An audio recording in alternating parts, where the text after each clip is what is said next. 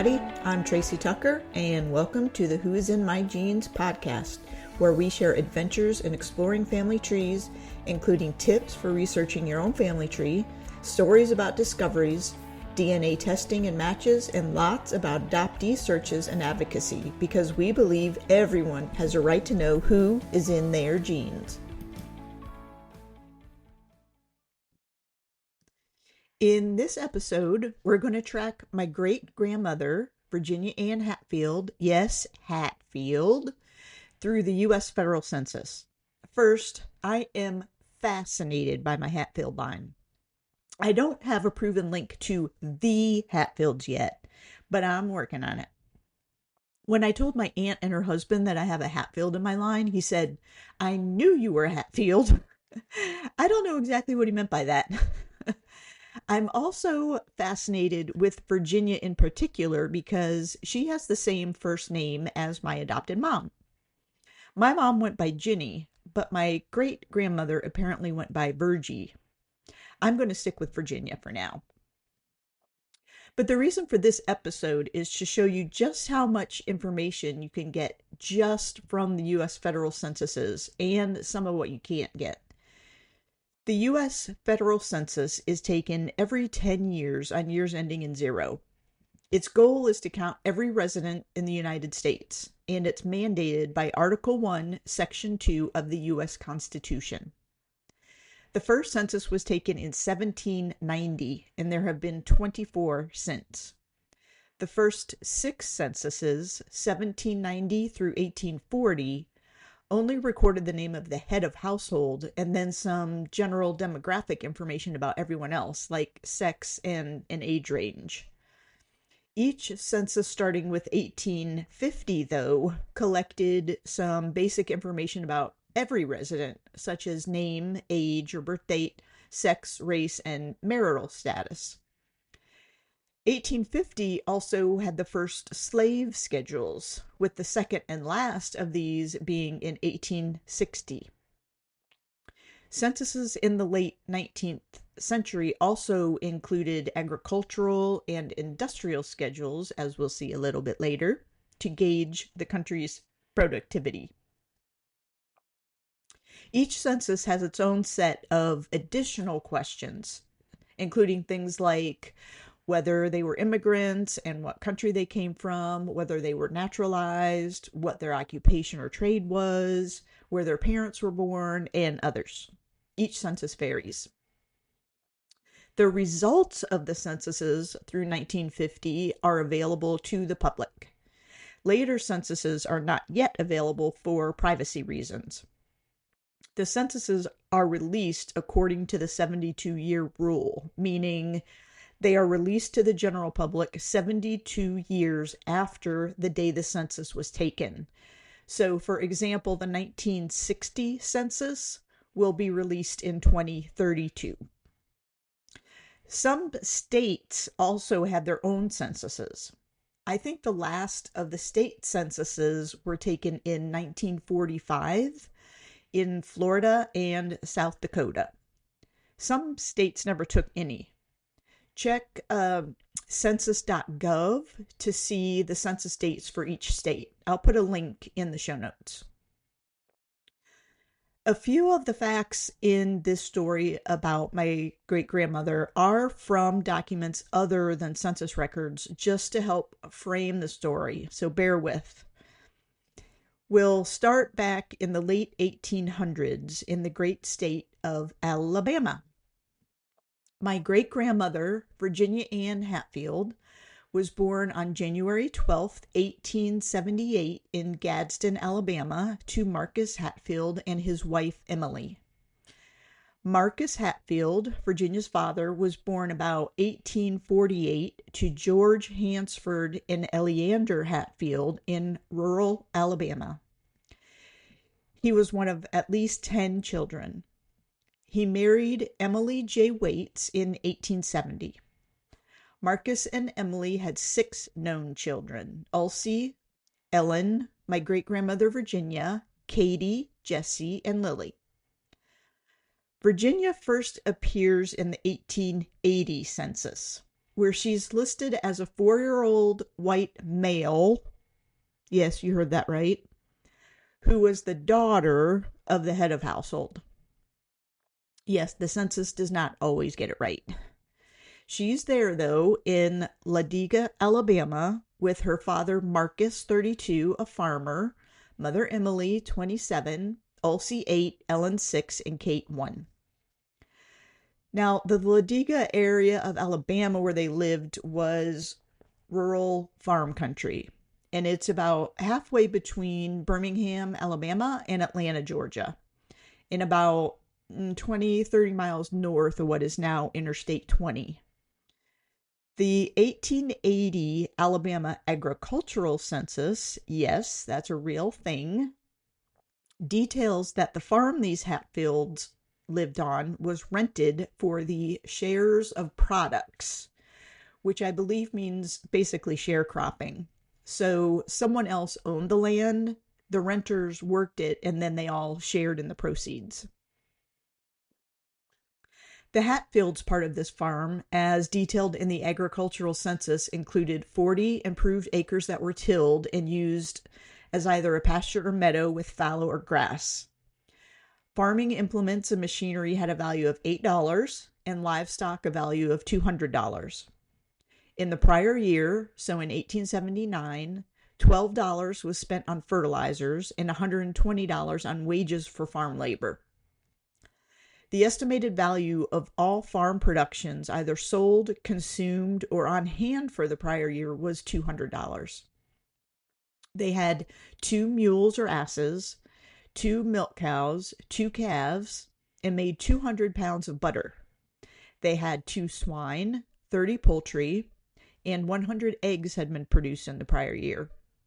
The farm had also produced 700 bushels of Indian corn, 50 bushels of oats, 175 bushels of wheat, and a bale of cotton. So you can see this was quite a busy farm. I've been unable to locate the Hatfield family between this 1880 census and the 1900 census, because even though the 1890 federal census was taken, it was mostly destroyed in a fire. Some remnants remain, but so far, no luck for the Hatfields here. By the time of the 1900 census, when Virginia was 21, she lived in a rented house in Fruithurst, Alabama, with her husband and family. She had married James Jackson Underwood, about 10 years her senior, when she was about 6 weeks shy of her 15th birthday. Yes, when she was 14, and James was about 24. They married on November 28, 1892, in Harrelson, Georgia. She had already had 3 children by 1900, but only 2 survived, daughter Willie Mae, 4, and son John, 2. I referenced in a previous episode about the question on the 1900 and 1910 censuses about the number of children born and the number of children living. And this is how we know she had already birthed 3 and 1 had died. Husband James worked as a day laborer, and the census also indicated that Virginia could read, but not write. But by the 1910 census, she could write.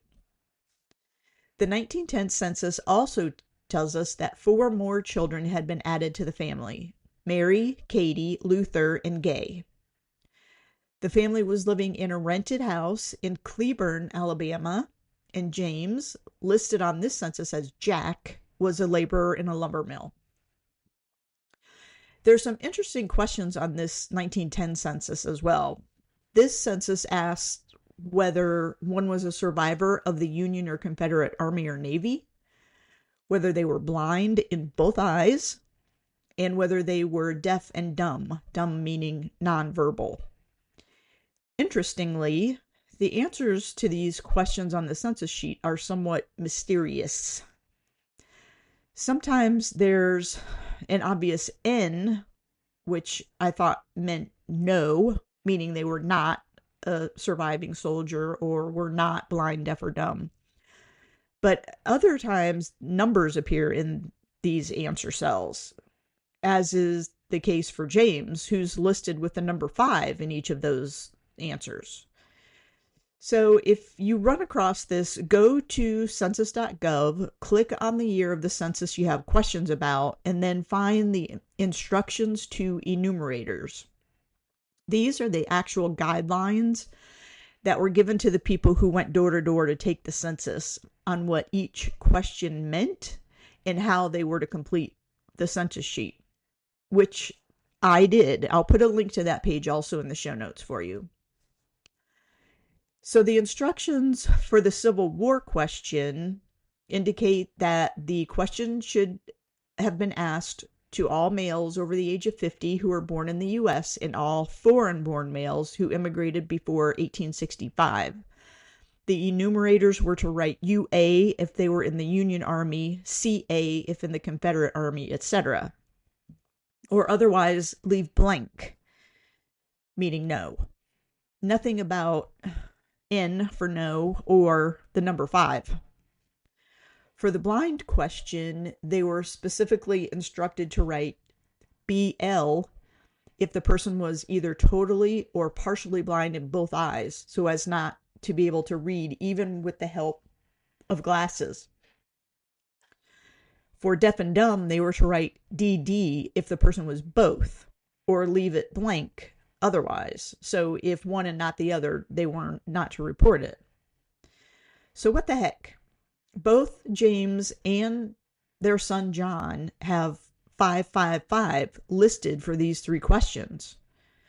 And looking at the whole census sheet that they're on, others on the page also have 5s or have 000 or 200 or 100.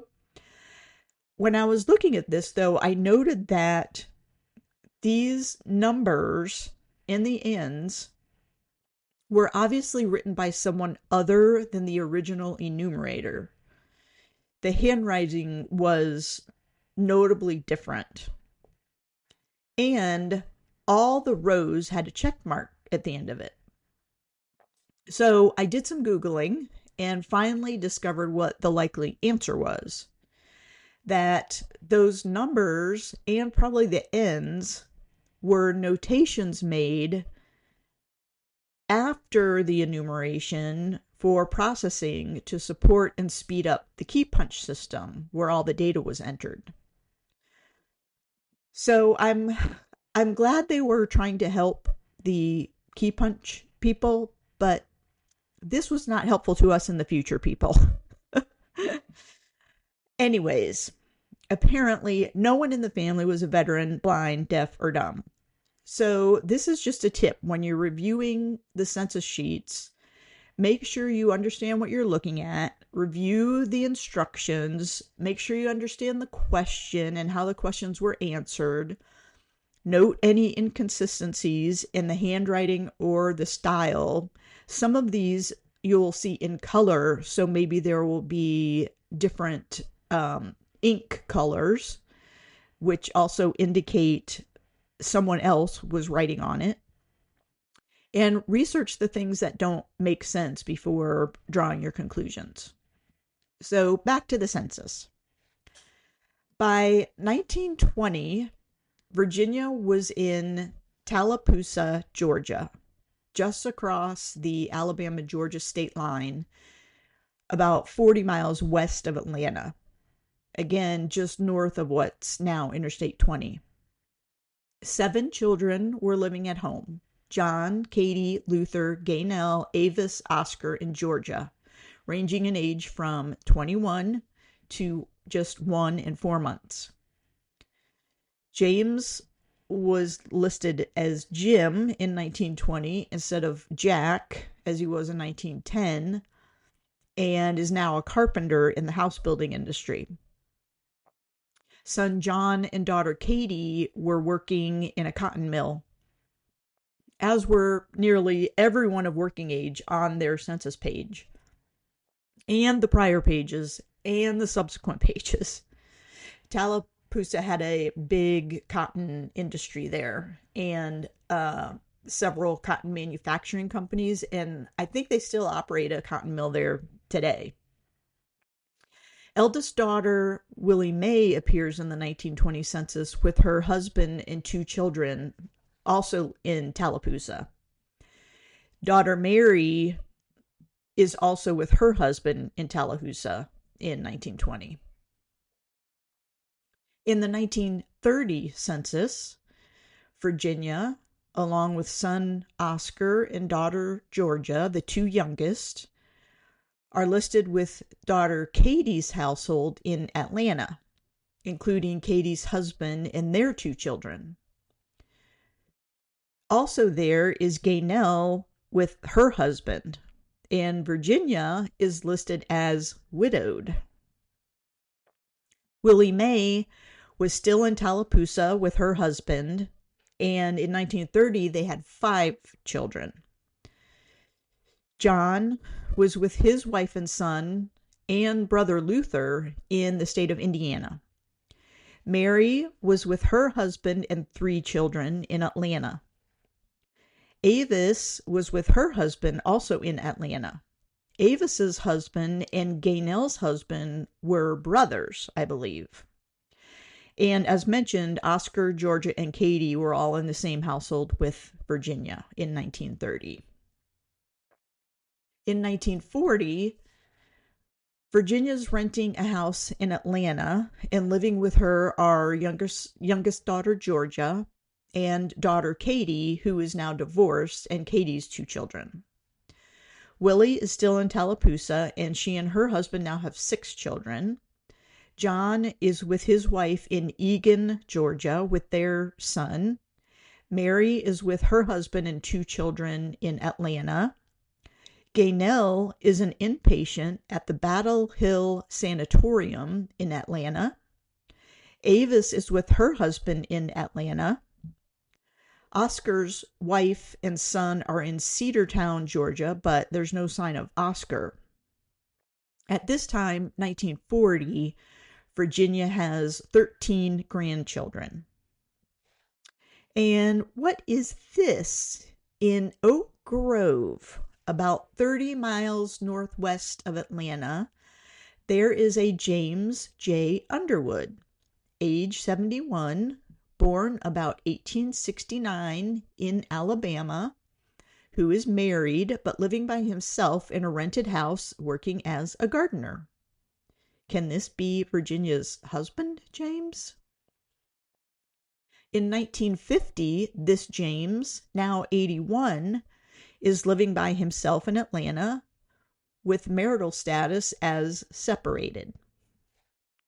Willie is with her husband in Waverly Hall, Georgia, with an empty nest.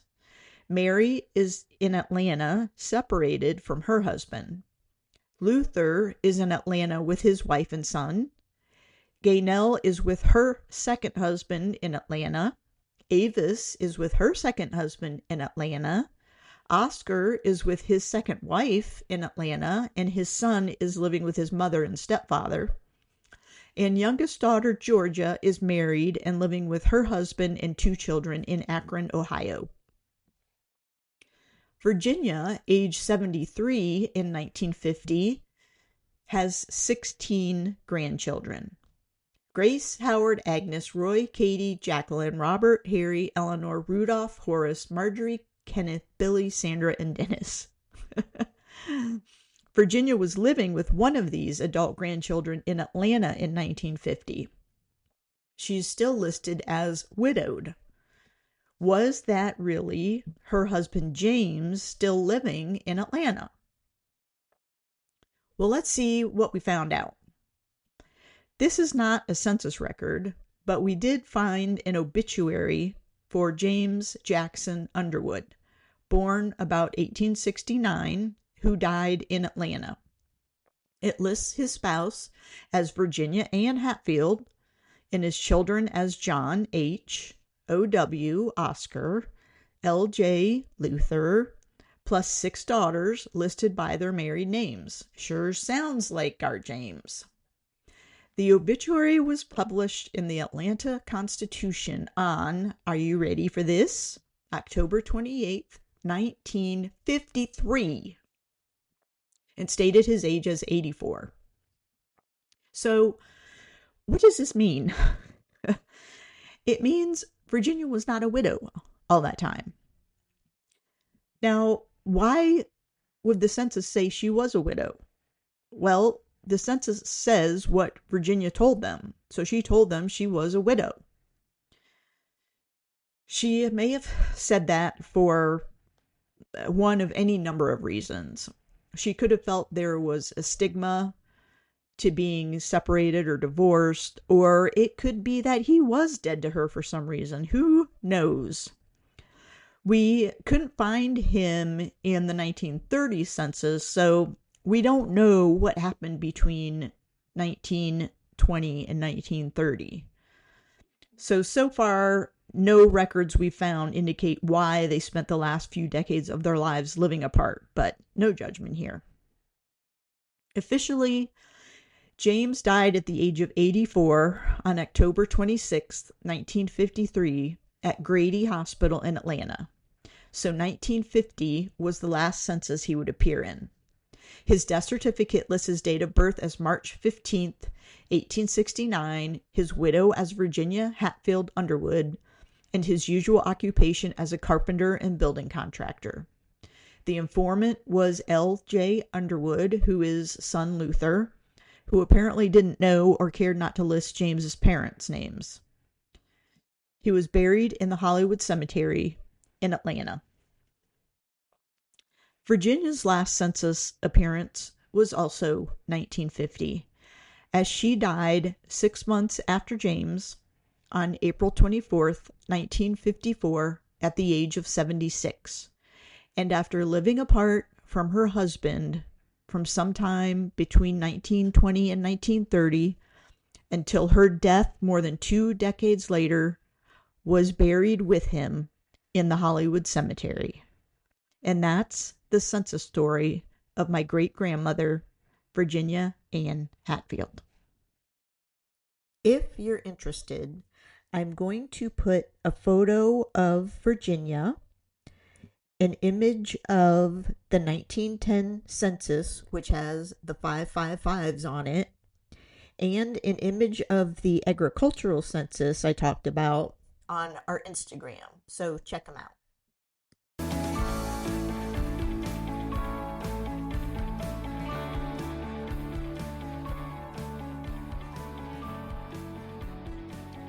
Thank you for listening to the Who Is in My Genes podcast with me, Traci Tucker. If you enjoyed it, please give us a great review to help others find the show, and follow us to get notified of new episodes. Visit us online at whoisinmygenes.com for all the ways we can help you find out who is in your genes, and follow us on Instagram for the images we mentioned in the show. Links are in the show notes. Join us next week for a new episode of Adventures in Exploring Family Trees.